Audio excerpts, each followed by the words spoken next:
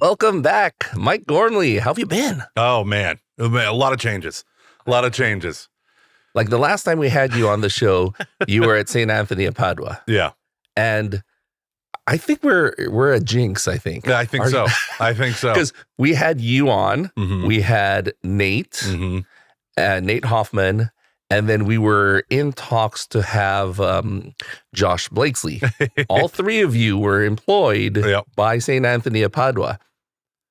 Nate left, Josh left, and then you left. Yeah.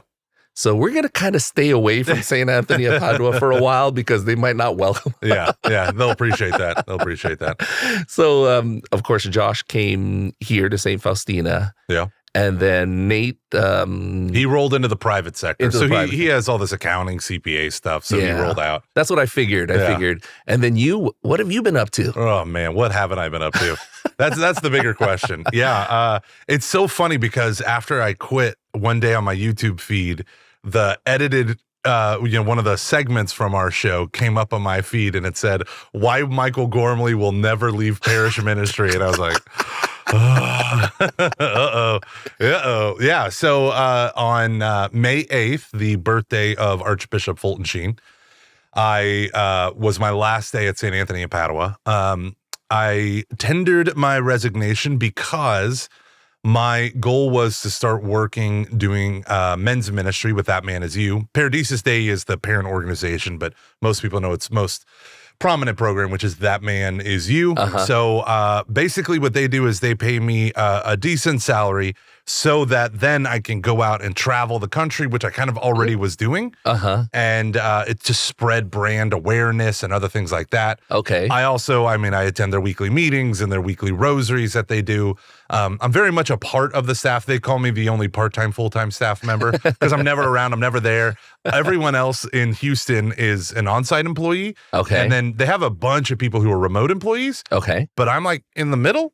So you're the only hybrid one. Yeah, I'm like the worst of both worlds because I'm too far away to be a local, but I'm too close to be remote. So like all the remote people fly in and they all stay in a hotel right around the corner. And I'm like, well, I'm going back home for my hour-and-a-half commute.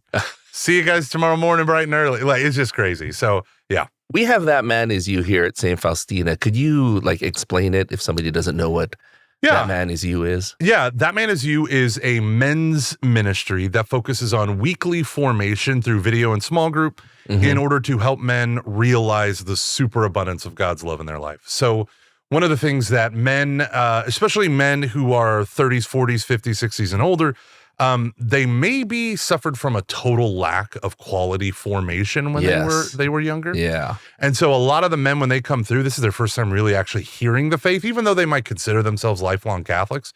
They were never taught the faith, or two, never taught the faith in the way that's practically relevant for their daily lives, especially as married men who are fathers, men with jobs who are trying to be good Catholics. So the number one thing we get, regardless of how old or young they are, people say the same thing. I wish I knew this when I was younger.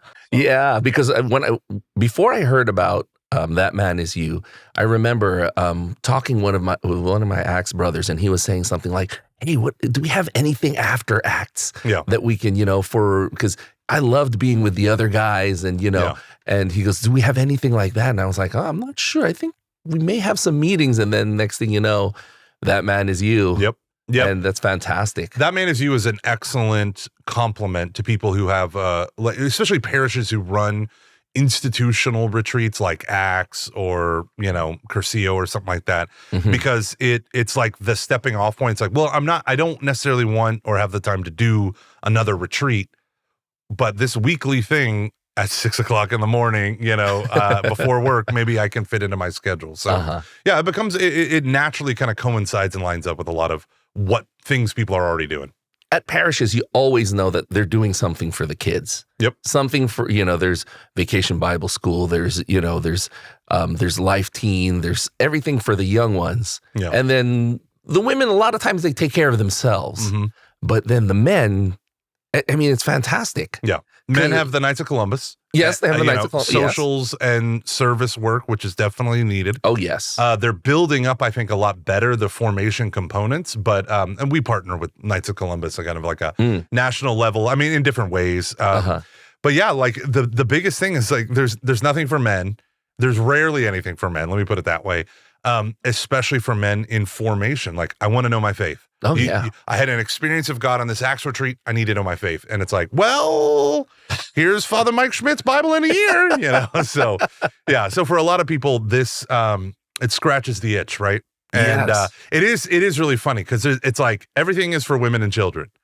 Right, everything is for, at the parish level. Everything's for women and children. There's mothers programs. All the Bible studies, even though it's not necessarily for women, they're almost entirely visited by women. And we have to start realizing, like, men have abdicated our role and responsibility as catechists, as teachers, as core members, as volunteers. Yes, but also, like, we need to be fed, and men are not women, and men do things differently.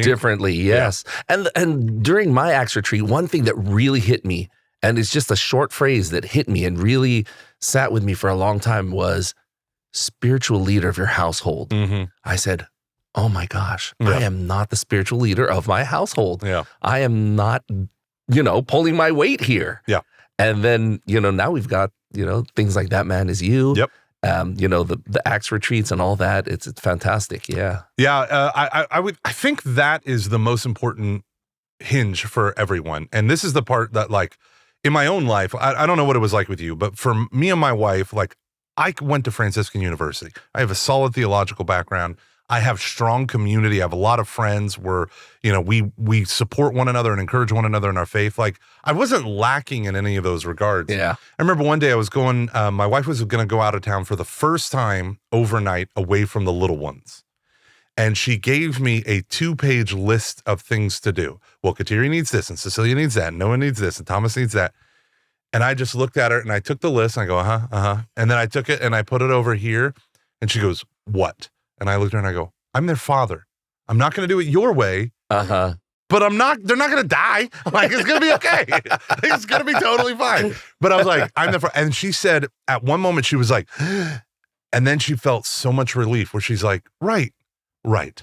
I married this man. This man can do this. Yes. I don't need to think of him as a fifth child. And that's the thing that, I could talk about That Man Is You all the time, because this is the problem in Catholic families. Most men have bruised ribs every Sunday because their wives being like, did you listen? Are you paying attention? Are you listening to the homily? Right? And they get dragged everywhere. Like, men need to own up to their faith, but they don't have things that resonate with them, or they don't even give those good things a chance, like an Acts retreat or whatever it might be. And so my thing for them is like, okay, then go do it. Like, go build it. You're a man. Go out and do something. Get 3 of your buddies, go out and have a beer, and then talk about something. Do Exodus 90. Do something that challenges you. It doesn't have to be a program, right? And I think we do tend to get locked into these programs.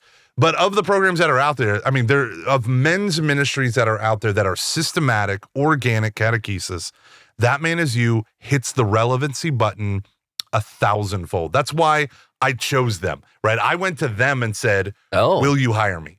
Yeah. Wow. It wasn't like they weren't asked. One day Jamie sent me a text like, hey man, do you mind if we give out your email address for a men's conference? We thought you'd be great for it. They were just doing that as friends.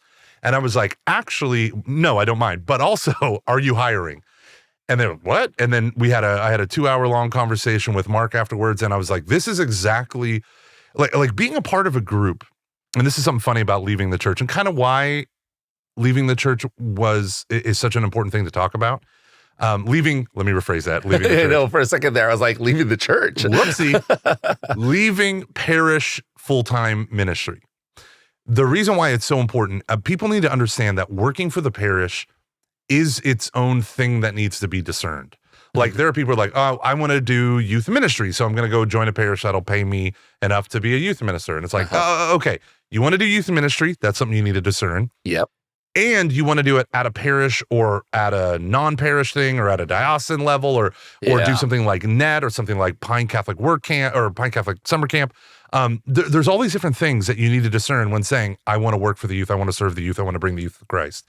So for me, I had never thought of that, like, really. Mm-mm. To me, to serve the faith, to serve the gospel was to serve at a parish. And for most people, that's what they think. Yes. And because that's our experience. I mean, Christe Fideis Laity, the document on the role of the laity, Pope John Paul says, the parish church is the church at home in the neighborhoods of her sons and daughters. And I love that expression. Yeah. Like, so it makes sense that this is your touchstone. This is your point. Mm-hmm. But let me tell you, comes with its own hurdles. You have people who are there because they're doing a job, punching a clock, and we're waiting to retire. And they can create a whole bunch of disturbances along the way that interfere. Like, no, my main thing is for this church not to grow, not to improve, not to be better, but just to not explode so that I can retire, right? I mean, there are people who are hanging on for dear life to that retirement. But then there are also people who are part of it. It's like, yeah, this will be a cool thing to do. I like my church. I like these people, blah, blah, blah.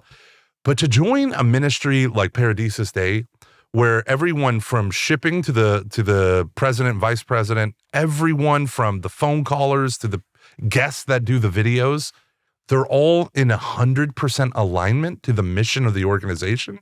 And the mission of the organization isn't 500 things where everyone has an opinion, right? It is that man is you. It is making men alive in Christ who are husbands and fathers. That's what it's about. And to be a part of that, I'm like, yes, please. And just walking in there, every time I go into the office, I'm like, because you walk in right in the middle of the cubicles, right? And they're all there and they stop and they're like, hey, how you doing? And every one of them, I think, wow, you guys are like canonizable.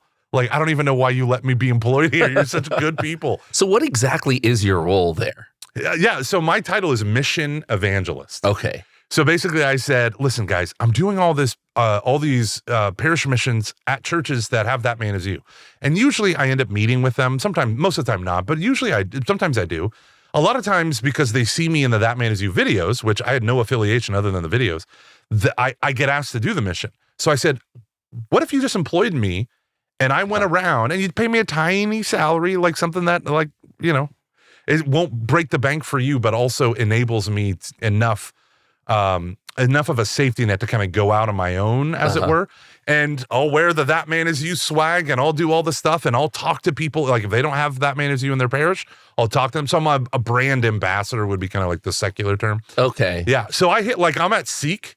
I'm at the Ascension Press booth getting them people to download the Ascension Press app, and I'm wearing my Paradisus Day swag. And half the guys who come and they go, Paradisus Day, hey, is that the That Man Is You thing? And I had dozens of conversations with young men, campus age, who have heard of That Man Is You and never heard of it, who are looking for men's ministry. I'm like, why don't you start it up in your dorm? Oh, why don't you do this? Why don't you do that? So it's trying to build brand awareness, but also to, like, if I go to a parish mission, and there's a That Man Is You group there, I almost always have something. So I've had breakfast with the men. I've gone to that Man Is You meeting. I've done talks for them and all this stuff. So, and invariably, they're the movers and shakers of the parish. The people who are kind of leading it, they're also doing 15 other things. They're also on acts. They're also, doing all that stuff. And that's not the only thing you're doing, too. No, because you did say, what am I not doing? Yeah. So you're also doing speaking engagements, right? Yeah. This is so part of that brand ambassador thing is I'm out on the road, right? So I was in St. Louis. I did a high school talks at a high school. They do block scheduling. So I gave 4 hour and 15-minute talks back to back for their freshmen through seniors in St. Louis. So I flew out in the evening, flew back the next evening. I went straight from the school to the airport. I'm going to Overland Park, Kansas on Monday, Tuesday, Wednesday, fly home. Then I'm driving to Ennis. Like, I'm doing a ton of stuff, but with the idea that I'm also working remotely. So I get to be home and my family homeschools. So when I'm not traveling, I'm home and on net, I'm actually at home more than I was when I was working 65 hours a week at St. Anthony's and then doing some travel and stuff on the side. Okay, so that it works out better for your family as well. It does. I'm still not perfect. Like I don't have everything. It's not fluid yet. So it's a lot of stops and starts. I'm not booking a year out like I was hoping to. So it's still like I'll say yes to a bunch of small stuff, and then all of a sudden a big thing will come up, like a parish mission, and now I'm like, well, I just ruined all of February. Like I'm doing 500 things. So That's cool. So how can people book you on that? Yeah, so my website is Lay Evangelist, L-A-Y, evangelist.com, Lay Evangelist. Just go there, email me, there's a form on the page, and you just say, hey, I want to book you for something, and it'll send me a little contact form, and I'll email you. If you don't hear from me, that means the spam filter. Oh my goodness. I opened up my spam folder randomly one day and there was like 5 and I was like, oh no. Oh, sweet Moses. Hello. So that's my main thing. I mean, I'm on Twitter and stuff at Lay Evangelist, but I don't really do social media that well. So So you're all over the United States. All over the United States. Do you do Canada as well? I do. I tell people I'm an international speaker because I've been to Canada 3 times. Yeah, and I love Canada. I keep going back. I keep being invited back to the same places. Like Halifax has my heart. I love Halifax. I've done a bunch of Steubenville youth conferences there, and then they've asked me to come back and do different things. And that's the home of Divine Renovation, which is like a parish reform movement. And so their big church out there is St. Benedict's in Halifax. And so I've done stuff with them. I've done stuff with their diocese. I go to Toronto. I go to Vancouver. Saskatoon, Saskatchewan. I love Saskatoon. That's like the Texas of, in a way, it's like the Texas of Canada. So it's great out there. When people ask you about, your speaking engagements and all of that, like, what do you specialize in when it comes to that speaking? So this is the interesting thing. I don't specialize. And what I mean by that is I have spent the last 30 years of my life, yes, going back to the age of 12, I'm 42, 30 years of my life reading philosophy and theology every day. So I feel like if you were to say to me, Mike, we need you to give a talk on chastity for teenagers, theology of the body for adults, a parent class, then we need you to do a young adult thing on how to share your faith, and then we want you to do a thing on the liturgy for priests. These are all scenarios that is happening in the next 2 weeks. Do in-depth on priests. We need you to do charismatic proclamation. We need you to like all that stuff. Like, yes, please. Yes, please. Yes, please. I will do it. And if I don't know how to do it, I already own the books. I just probably haven't read them yet. I will read them, make notes, and I will give the talk. Because what I've found is most people are actually searching for solid foundations. They're not looking for complex theology. Very few people are calling saying like, will you give me a 3-part series on the theological aesthetics of Hans von Balthasar? Like, no one's saying that. What they're saying is we really need a good retreat on how to have a relationship with Christ or how to understand the Eucharist. Like the Eucharistic revival is happening right now. Yes. And I have a lot of talks and a lot of different ways that I do about that. So it's just about matching needs. Yeah.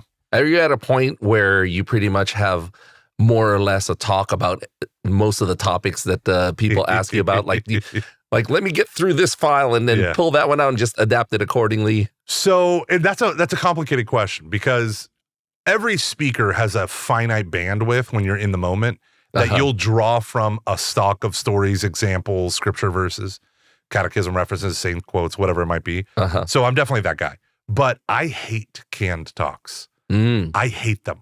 I hate the idea. Now, it's not that I don't have things that are close to that, but like, my buddy Dave says, you could set your timer to my jokes. Like every single thing is the exact same over and over again. I don't like that because so I love comedians. I love comedy. I love studying this stuff. I think one day I'm going to try going for stand-up. Me and my brother. Catholic stand-up? No. I think that's a niche okay, so maybe because the niche might make me feel more comfortable. But like, so I watch a lot of comedians. I was talking to my brother. We went to go see this guy, 6,000 people in Sugar Land, and I said, like, do you ever imagine yourself doing stand-up? And he goes, no. Like, you watch more comedians than anyone I've ever heard of. Like, he's a bachelor. That's all he does. I was like, you don't, and he's like, no, I've never once thought I want to get up on stage and do that. And I'm like, I think of that all the time. And so one of the things that I love about comedians is the demand on themselves to like, hey, this is the material I did this year. I'm going to burn it, start fresh every year.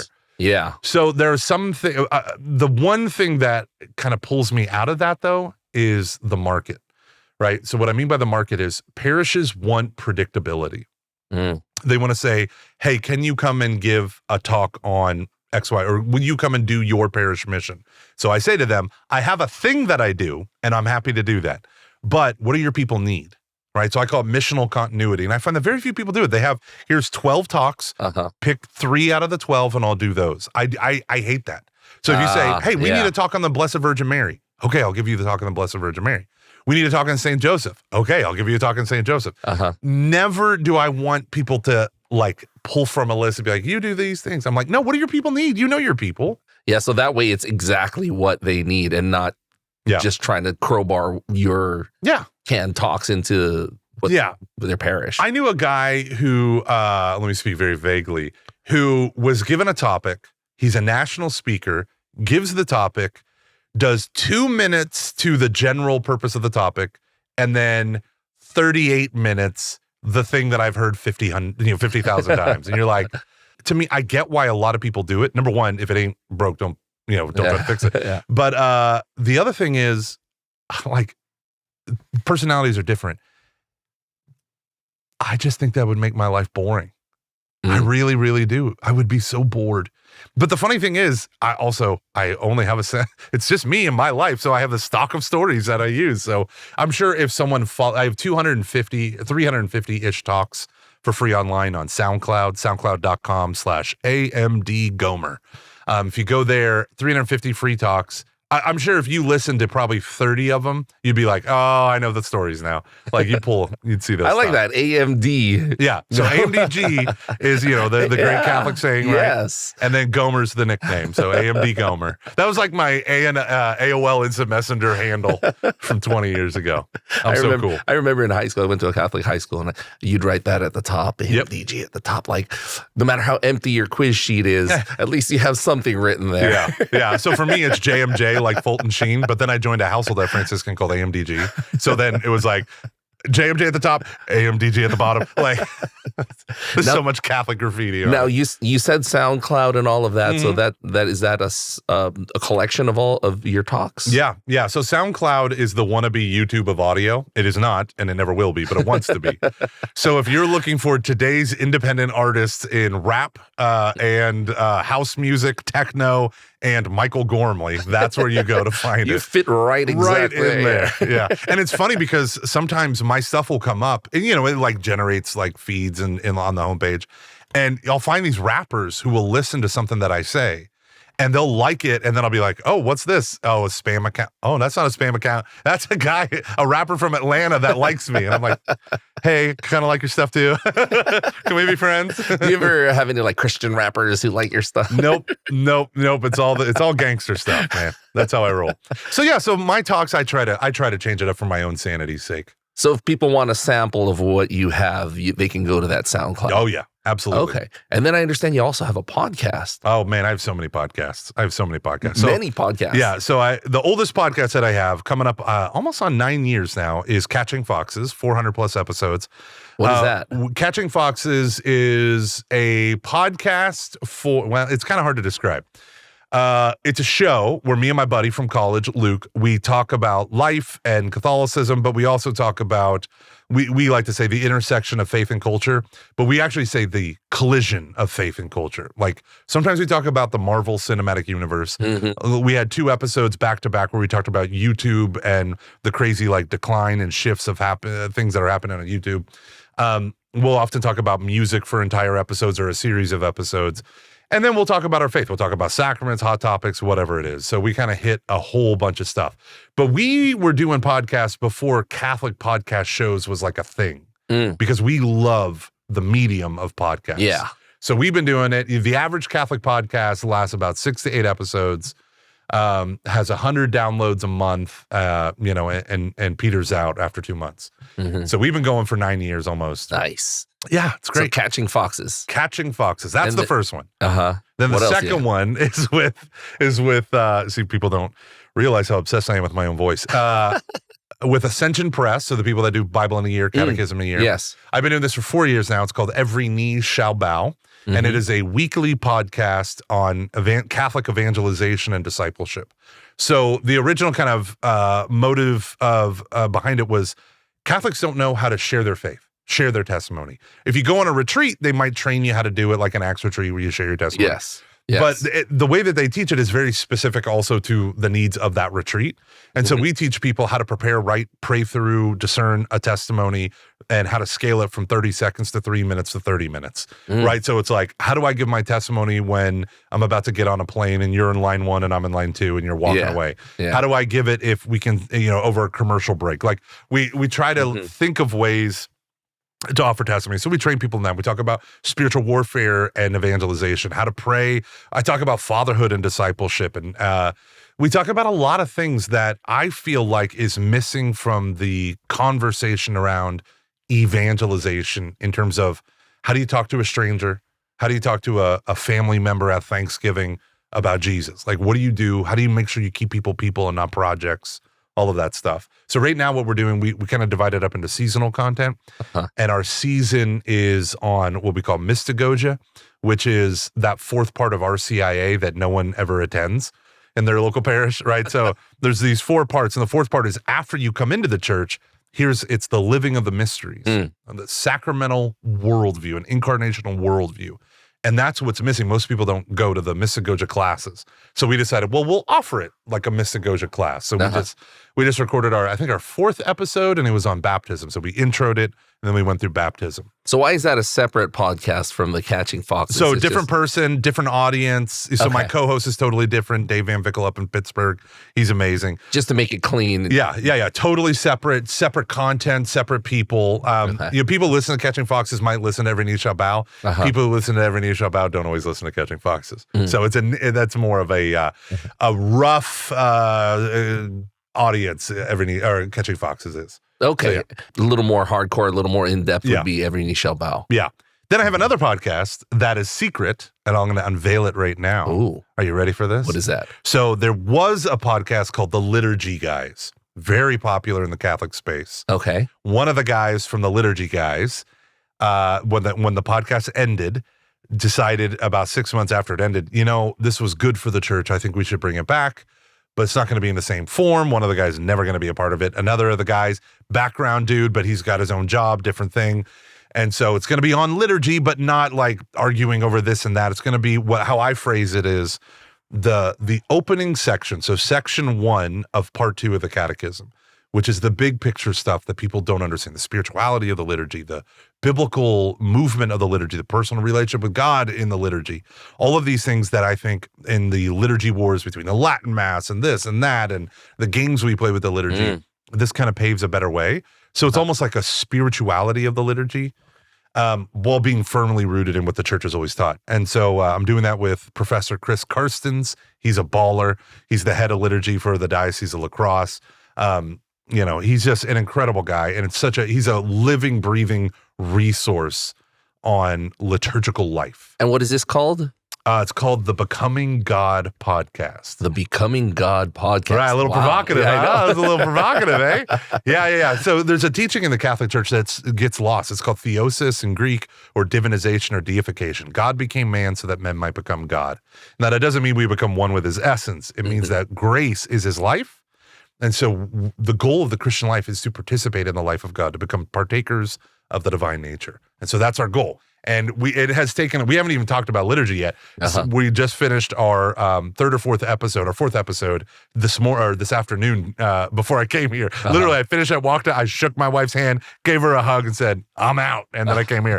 But yeah, that's on showing the liturgy and immersing people into the call that we are called to become God, to become completely one with God in Christ Jesus. Anything else? There's one more. There's one more. We recorded the first 2 episodes. I still have to edit it, but it's going to be a philosophical podcast. So purely philosophy, and the approach of that is called a practiced life, and it comes from this notion that in order to live a good life, you have to develop within yourself these practices, and it could be your job, your trade, your craft, whatever it might be. And it's the way you do those things lead to or lead away from virtue. So the goal is, how do we reflect on these major things in our life? I want to teach people how to be philosophical. When you go to philosophy class, really what you do is you get a historical survey of philosophers. This is what Plato said. This is what Aristotle said. This is what so-and-so, And you're just like, okay, when are we going to do philosophy? It's like, well, you're doing it by kind of interacting with their ideas. And it's like, okay, how do I think about my life today? So our first season is going to be on agency. What does it mean to be a human agent, empowered with freedom to move and act in this world in an embodied way? It's kind of fun. It's kind of fun. Wow, that's interesting. I'm super excited I'm excited about all of them. So all of these, there are links to those on your website? No, there will be when they become public, yes. But there's the other podcasts, Catching Foxes and Every Knee Shall Bow are on there. Are on there. And then the other 2 are going to come up. They'll come soon. Yeah. Okay. So they can just search for that in all the podcast apps as well. Yeah. Oh, yeah. We're on all the podcast apps. Yeah. Layevangelist.com. Good times. Wow. That's fantastic. Wow. I mean. And I'm becoming a roofer. What? A roof? Well, roofing and solar. That's just in line with everything else that you do. Yeah. Yeah. Are you serious? Yeah. Yeah. There's a roofing company based out of the church that I go to now, Presentation of the Lord. Okay. And they're all devout Roman Catholics, and they're trying to build on the principles of Catholic social justice in an industry that is largely dominated. I shouldn't say largely dominated, can be very dominated by scammers and hustlers and people that just rob people blind. Yep. The roofing industry and the solar industry, it's a crazy wild, wild west, storm chasing, all this shenanigans, especially in the Houston area where we have hail and hail damage. Yes, and wind from hurricanes sometimes. Yeah. And just people who need their roof replaced and they're terrified that it's $25,000 and oh my gosh and all this stuff. No one ever prepares for that. But so I just offered to help part-time with marketing, some of the branding stuff, some of the background research and stuff like that. And then I had casually mentioned to a friend, like, I would like to help you guys build up your solar side too. And then as I was getting out of the car coming here, he's like, if you want to do that, how available are you going to be in March? And I'm like, well, okay, this could become a full-time job. So it's funny because I view myself at St. Paul as a tent maker, right? So what did St. Paul do? He made tents so that he wouldn't burden any community with the cost of the gospel. And he was the one who said, a laborer is worth his wages. Like you owe me money for bringing you the gospel. It's kind of what he's saying. It's a little strong way to put it. But he's saying, but I never took it from you. I never burdened you with that. Well, I could have asked from you, but I never did. I never wanted to burden any of the churches because everyone knew he was such a controversial figure because, he killed Christians. So he never wanted to burden anyone. And they call them tent makers. And there's a lot of Protestant preachers who have that storefront, church with 10 families that go and they have a full-time job. My uncle was one of these, was it my mom's brother? My mom's brother-in-law was a tent maker, preacher, right? So he had a full-time job and he was a part-time minister. And I just think about in the Catholic context, a lot of rabbis, they're tent makers, right? They always have a full-time job. Obviously, we can't ask that of our priests because of the sacramental life that we live. But I'm like, there's a certain credibility in the eyes of men when I, too, am in the working world and I'm doing this. I've just found that working a church job sometimes creates a barrier. And if I'm like, I'm in sales and marketing and advertising, and I work with men building roofs and stuff like that. That lends a sense of credibility that I otherwise wouldn't have.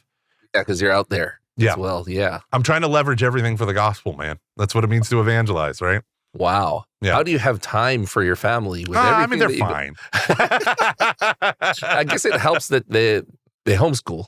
It helps a lot that they homeschool. And the only reason why I booked all this stuff today is because we have a thing called Campion Hall, which is like an a la carte elective program at our church. And my kids, we have a la carted them the whole cart. So they'd go from 9 o'clock in the morning till 5 o'clock in the evening. And they do all these different things. It ends with like a CrossFit class. So does your family still go to St. Anthony of Padua? No, we go to Presentation. So I am an ordinariate man now. I became a member of the ordinariate of the Chair of St. Peter, and I am. We formally joined Presentation of the Lord back in March. So okay, yeah. That's cool. It's been a weird transition. Like, it's not like I hate St. Anthony or something like that. People are always like, ooh, and it's like, no, this is better for my family. Because when you're at a church with 7,000 people and 7,000 families, and then you go to a church with 200 or 150 families, it's a fundamentally different dynamic. And for some people that dynamic works, and for some people that dynamic doesn't. And for a long time, big church made sense for me and my family. Okay. And, obviously St. Faustina's is going to be mega, mega, mega, mega. And one of the big problems is what we were seeing with our family is my kids just felt lost in the shuffle. Big church enables you to find, it's like going from high school to college. Like, you can find your niche. Yes. But if you can't find your niche, you feel even more alone. Right? It's like you never feel more alone than when you're in a crowd and no one's talking to you and they're all talking to you. It's like, everyone loves each other and no one loves me. Right? But there we found it lined up. Liturgically, it lined up. They're much more traditional liturgically, and that is me. I am very big on more traditional liturgy. But also, and it's their own thing. It's the English. Do you know anything about the ordinariate? Yes. It's a little wacky. A lot of people don't know it. Yeah. Yeah. I mean, we had Father Chuck Huff, the nice. third, I think it was the third, the older one, the retired one. We had him on, and he told us all about it. Yeah, and then we were also at Cathedral High School. We interviewed the president. Oh, okay, good deal. Which was where I was today interviewing him too. Yeah, we're all just interviewing the same people. It's this beautiful train, round and round we go. Yeah, so I joined the Ordinariate. We formally joined the Ordinariate, so we're under Bishop Lopes. And we joined the Presentation of the Lord, and so this is the funniest thing. I swore I would never do this. And as of yesterday at 9:00 in the morning, I now am a youth minister again, a volunteer. Me and two other guys. Yes, I've did youth ministry my whole life. And now at our little parish, the previous youth minister, a wonderful couple, they decided that they were going to step back from it. And it's been a couple months without things. And I already teach a CCD class for the high school students. And it kind of was the de facto youth group. And kids would come to the class voluntarily to listen to me talk for an hour. That's weird. So a buddy of mine called us over, me and another family, another father, called us over for dinner one day. And we went over and he's like, here's the plan. Let's revive youth ministry. Let the three of us do it. We can divvy it up because we all travel, we all work, we all have different things. But in this, he's like, what do you think about it? Let me propose it to Father. And Father accepted. So we call it the triumvirate, the rule of three men. So, and you're back in it. Oh, gosh. So that video that you said applies again. Oh, what did I say in that one? That I'm never going to go back to youth ministry? No, you said that why Mike Gormley will never leave youth ministry. You said that popped up and you're back. So now you're like... It's like the Godfather Part 3. I was thinking exactly the same thing. Just when I thought I was out, they pulled me back in. Gosh. It really, like literally that scene is running through my head and I'm like, Pacino, you get it. You get me, Pacino. And I just got to go to confession to the Pope. That is fantastic. Yeah, you're back in it. I'm back in it, man. That was one of the last things I was expecting you to say. I know. When not even roofing, it was youth ministry. Well, roofing is up there. Yeah, roofing and youth ministry. And then I also understand you've got like prison ministry stuff going on too. Yeah. Oh, I forgot about that. So is this because you're in line with all the rappers and everything in SoundCloud? Is that what?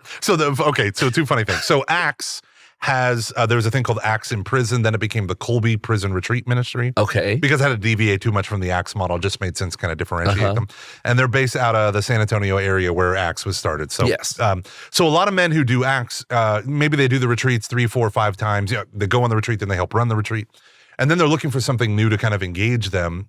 Colby Prison Retreat Ministries is the coolest thing on the face of the earth. Have you ever done prison ministry? No. Okay, so my first introduction to prison ministry was maximum security Texas State Prison largely for violent offenders. Oh boy. Yes, yeah, gangland stuff, people who are gang affiliated. Now, and I can tell you this, number one, no ministry on the face of the earth that I have done, and I think I've demonstrated I've done a lot, has changed me more for the better than prison ministry. Really? No, nothing has shocked me more, opened my eyes more, radically punched me in the spiritual gut of where I've gone wrong in ministry more, the assumption, I mean, just a total 180 in so many things. Also, you realize that most men in prison who are violent offenders, they had no freaking chance. Their dads beat them, raped them, hurt them, abandoned them. All the male figures in their life that should have been there for them weren't. And their mother, and then the kids became these like angry balls of terror.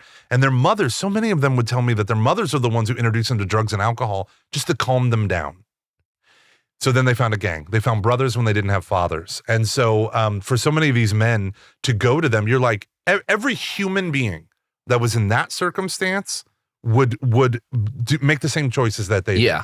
Yeah. As a teacher, I've seen kids like that, like, oh man, this kid's going to fall prey to something like that. And no matter how you try, you get that feeling that later on in life, that's what's going to happen. They, like you said, they didn't have a chance. Yeah. And nothing owns my heart more than the prison ministry, but the kind of like, is I'm so sad because I can never get it to work in my schedule.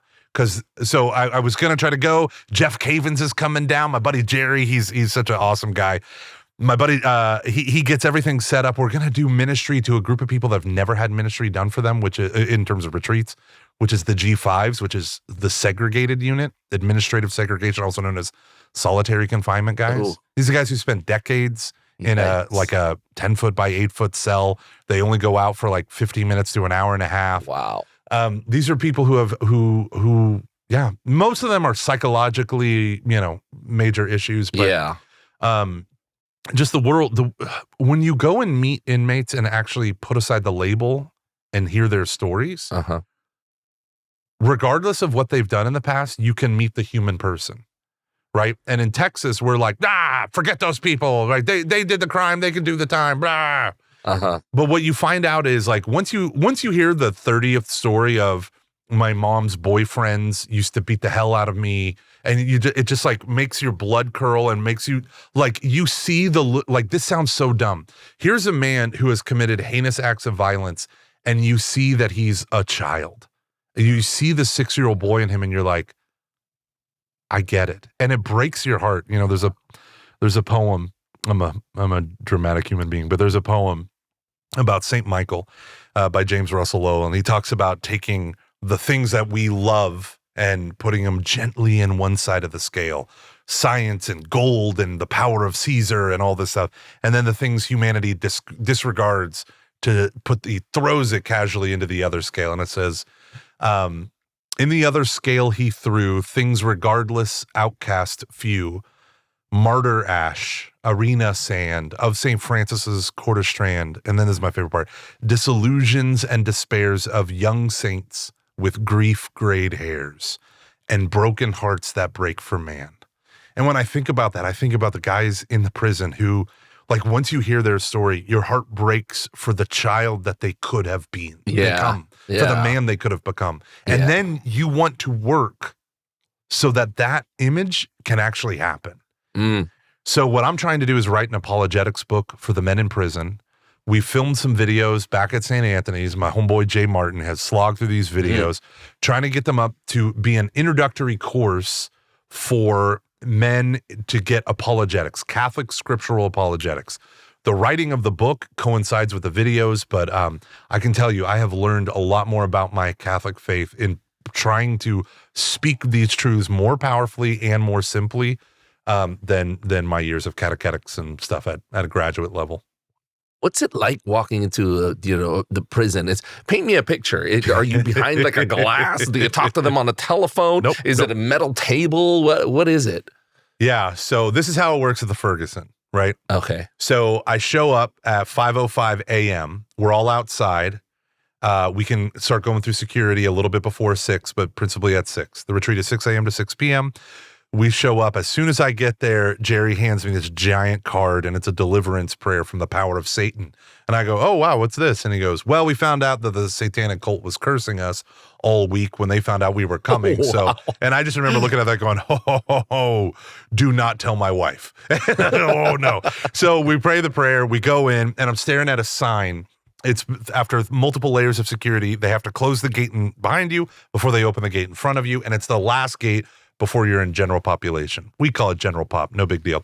And and right above that last gate, there's a big red sign and it says, warning, no hostages will be permitted past this point. Thank you, Texas Department of Criminal Justice. Oh boy. And I remember it was 5:30 in the morning. I hadn't had coffee yet. And I'm staring at that sign. I'm like, what does that mean? Why would someone take a hostage outside in the parking lot and drag him into the prison? And then I realized as I'm walking through it, oh, I am voluntarily doing this. Yeah. If there should be, I don't know, a hostage situation, a prison riot, and they go after the slow, fat, chubby homeschooler guy who can't run very fast and makes an excellent human shield, by the way. They're not going to trade me for 12 pizzas and a helicopter like they do in the movies. Yeah. You voluntarily came here. Do you know what the rules are to get out of a hostage situation in a prison? No. This is the Texas Department of Criminal Justice. These are the rules. Number 1, do everything they tell you. Okay. Number 2, do not make eye contact. Okay. Number 3, if you can, try to go to sleep. Try to sleep. Try to go to sleep. Because usually they take 24 to 48 hours. Okay. And usually the person doing it is out of their mind because they're hyped up on some sort of illegal narcotic that somehow they got smuggled in. Okay. And usually they crash and fall asleep. And that's how these things resolve themselves. So if you fall asleep, by the time you wake up, the whole thing's going to be over. You can wake up and be like, what, is it noon already? And then they're gassing in the room. And then what's the other? So it's don't make eye contact. Okay. And do everything they tell you. And then go to sleep. Just those 3 things. Yeah. Okay. I mean, they have other things, but those are the only ones I remember. Okay. And I remember telling this to my wife, and she's like, "What?" I go, "Yeah, because like literally, like these guys just tire themselves out." And she's like, "That is so crazy. How could anyone ever sleep?" And then she looked at me and she's like, "Oh wait, that's your superpower." I was like, "I'm a dad. I can fall asleep anywhere." This is a hostage negotiate. Okay, that's fine. Let me just take a nap here. Yeah. I just need a corner in a moment. Well, that's true because like whoever the cops are, the negotiators, they can take shifts, but there's only one hostage taker. Yeah.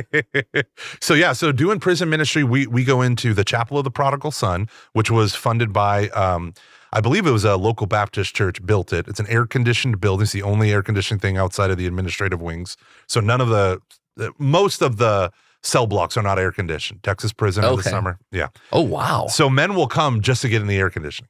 Oh. And we're totally cool with that. Okay. We have however they come in the door, yeah. Yeah, we do have a captive audience. Yeah. You get captive. Okay, that's sad. That's sad. I shouldn't say that. But and we're just sitting at round tables like you would on any retreat. In fact, the moment that after the red sign, the moment that I realized I was shocked by how unshocking everything was I looked around. I was a small group leader and just looked around at all the tables. And you see guys dominating the conversation. That one guy at every table has to dominate it. You see guys like half listening. You see guys who are, waiting to respond. You see what you see at every retreat. And I was like, oh, turns out they're human beings, right? And so retreat was just the only difference is we're in our little t-shirt, our red colored shirts, and they're all wearing white. Are they, do they have like chains and stuff on them? No. Nope. My mom asked me one time, she goes, "Mom, when you do these prison things, how many guards are in there?" And I go, "1." And she usually sits in the back. And she goes, "1?" So somebody could lunge across the table and absolutely. Absolutely. While that is a possibility, it probably won't happen for a couple of reasons. They don't allow people to even apply to go on these retreats if they suspect that that's the type of behavior they'll see. Okay. So in prisons, they have G1s, which are like the most, they have the most privileges, the most freedom. They don't have any. I remember I was talking to a guy and I go, "What are active cases?" He's like, "Well, to come on a retreat, you can't have active cases in like the last 18 months. I go, "What's an active case?" He goes, "Well, breaking the rules here in a significant way, that it's like the court within the court or the rules within the rules, the law within the law." I go, like, what would bring an active case? He goes, like if someone stabbed someone. Yeah. And I was like, "Oh, so you haven't stabbed anyone in 18 months? And he's like, "Nah, man, I'm good." And these are also these inmates, like they this is their life. And so they know how to play the game. They know how to I'm done with this stuff. Especially a lot of the older guys. They're like, "I'm not going to do this crap anymore." Yeah. This is the next 20 years of my life. I'm not going to get caught up in something that might get me severely injured, might disable me for the rest of my life if I get hit with a pipe or something, like because I'm smarting off to someone, that's going to get 10 more years out of my sentence because I attacked a volunteer. Most of these guys would never do that. Then we had G3s. And the G3s, right? Those are the guys who, I remember at one retreat, just everything felt different from the beginning. It felt a little edgier. Okay. And then the guys sharing, some of them were dropping some cuss words, and usually they don't do any of that. Okay. And then the chaplain came in and he overheard it and he goes, whoa, cut this off now or this whole retreat is over. And we were like, oh, okay, like we didn't understand really what was happening. And then we found out these are the eligible G3s. So it goes G1, G2s. We've always had G1s and 2s. We've gone through almost the entire population of G1s and 2s going to our retreat. Okay. G3s are the next level of security. G4 and 5 are administrative segregation. G4s, they have a cellmate. G5s, they're solitary. Okay. So that's the level. Okay. And so G3s, you're like, okay. They're on the bubble. Yeah. Pretty much. Okay. It can be, it's a little bit more dangerous. But I never once, I hear a guy who talking about with fondness about back when he was out in the world, a drive-by shooting, like, oh, I remember that. That was his first time that I met him. And now he's in here with me. And you're like, huh. So these experiences have taught me that prison is a reality, but prison is very institutional. And we've built these structures of pipelines into prisons. And, I'm a kind of guy, like, I want people to be punished, not just rehabilitated. Like, you did a crime, you did an awful thing. But what I found is we don't really care about these people at all. And it's to a dangerous extent. And I really do believe what we say, what we do to the most defenseless people in our society says more about us than it does about them. So what we do to the elderly, what we do to the unborn, what we do to inmates, what we do to the chronically ill, right? This says what we do to women, right? Like this says something about our society systematically. Yeah. And so while I don't think every inmate should have like a mani-pedi and have cable TV, like I don't think, like I'm not Mr. Indulgent, but what you realize is, and part of it is just because there's not enough money to fund the amount of guards that they need. That like it's crazy, but like, and when you don't have enough guards, it becomes dangerous for the current guards, and it becomes more dangerous for the inmates. Yeah. And so you just see this cycle, and you're like, oh Lord, what can change this? And I don't know the answer. I don't have any answers except the love of Jesus Christ and programs that change lives like Colby. Yeah. You've got so much going on, man. Yeah.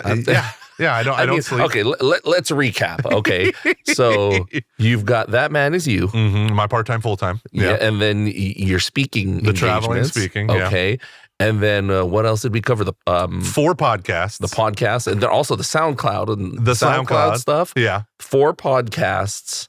And then roofing. Petrus Roofing and Solar. You're Houston hometown roofers and solar people. And then the prison ministry. Did I miss anything? Well, right now, all I can offer as of yesterday is just writing this book. So everyone listening to this, pray for me that we get the book and the videos done now. It's really the book now. And getting that in people's hands. Yeah. And then the prison ministry, you've got the book. Yeah. And the videos. Yeah. And then also you're back in youth ministry. Oh, I forgot about that. Yeah. I teach high school every week. Me and my buddy, we team teach. So it's like every other week. And then doing youth ministry. You're like the Kevin Hart of the Catholic world. You do everything. Yeah, I am. People have called me often the Kevin Hart of Roman Catholicism. Are you going for the EGOT and the? Yeah, I am. I want my Emmy, my Grammy, my Oscar. What's the other one? Emmy, Grammy, Oscar, and Golden Globe? Tony. Yes. I have no singing voice. None of that will happen. Well, we wish you the best with everything you've got going. God bless you, brother. Yeah, one day I wonder if I can just, every little boy dreams of just being a roofer. So maybe that'll be.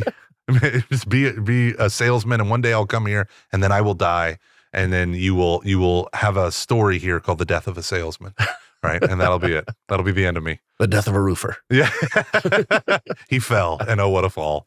Yeah. So yeah. Thank you so much for coming out, braving the traffic, and no traffic, all construction. Oh, well, braving the construction. It's horrific. Yeah. Yeah. This area is booming. It is. It is kind of shocking. Yeah, it's crazy how you see this building here. Yeah. Sunday Mass is overflow room. So they fill up the church and then here as well. Wow. It's crazy because when it gets time for communion, the Eucharistic minister brings Jesus, hops into a car. Somebody's waiting with a car. He's sitting in the car without a seatbelt, drives all the way over here, comes out, and then distributes communion. Yep. Wow. We need more vocations. We need more churches. Up with the churches. And people are dying for the big building to finally go up. Yeah. Well, I'm sure we're gonna, because we've had you here before for Zion. Yep. So I'm sure you're gonna be around as well. Nice. I'd love that. I'd love that. I mean, we'll see you more, and then you're going all over the place with That Man Is You and everything. So fantastic. Once again, Lay Evangelist. Oh gosh, let's do it. Layevangelist.com. Yes. Yeah. Or you go to Paradisus Dei, which is Latin, so that throws people off. Just Google That Man Is You.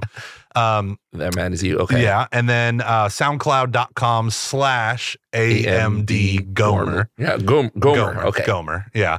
And then all the podcasts where podcasts are downloaded. So Catching Foxes, Every Knee Shall Bow, and the rest will come out soon. Yeah. Wow. Thank you so much. Yes. It's not the new evangelization unless we're making money off the new evangelization. So the next time you come on, you're going to add more to that? Or no, hopefully the goal is to take away. The good Lord, he giveth and taketh away. Please taketh away. We shall see. Yes. We shall see. Yeah. God bless, brother. All right. Thanks.